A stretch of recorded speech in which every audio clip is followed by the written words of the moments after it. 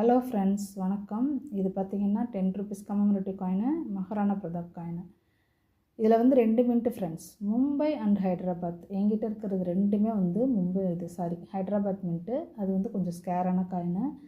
Left சைடில் இருக்கிற coin வந்து கொஞ்சம் யூஸ்டு கண்டிஷனில் இருக்கும். ரைட் சைடில் இருக்கிற காயின் வந்து கொஞ்சம் யூஎன்சி கண்டிஷனில் இருக்கும். பொதுவாகவே பார்த்திங்கன்னா யூஎன்சி கண்டிஷனில் உள்ள காயினே வந்து உங்களுக்கு வந்து ஒரு 30 ரூபா 40 ரூபா தாராளமாக போகும். ஏன்னா இப்போ வந்துட்டு நீங்கள் மொத்தமாக லாட் எடுக்கிறீங்கன்னா அதனோட ரேட்டு வந்து கொஞ்சம் கம்மியாக கிடைக்கும். பட் 1 or 2 காயின்ஸு இல்லை 10 காயினுக்குள்ளே வாங்குறீங்கன்னா கண்டிப்பாக அதனோட ரேட்டு வேறு மாதிரி தான் இருக்கும்.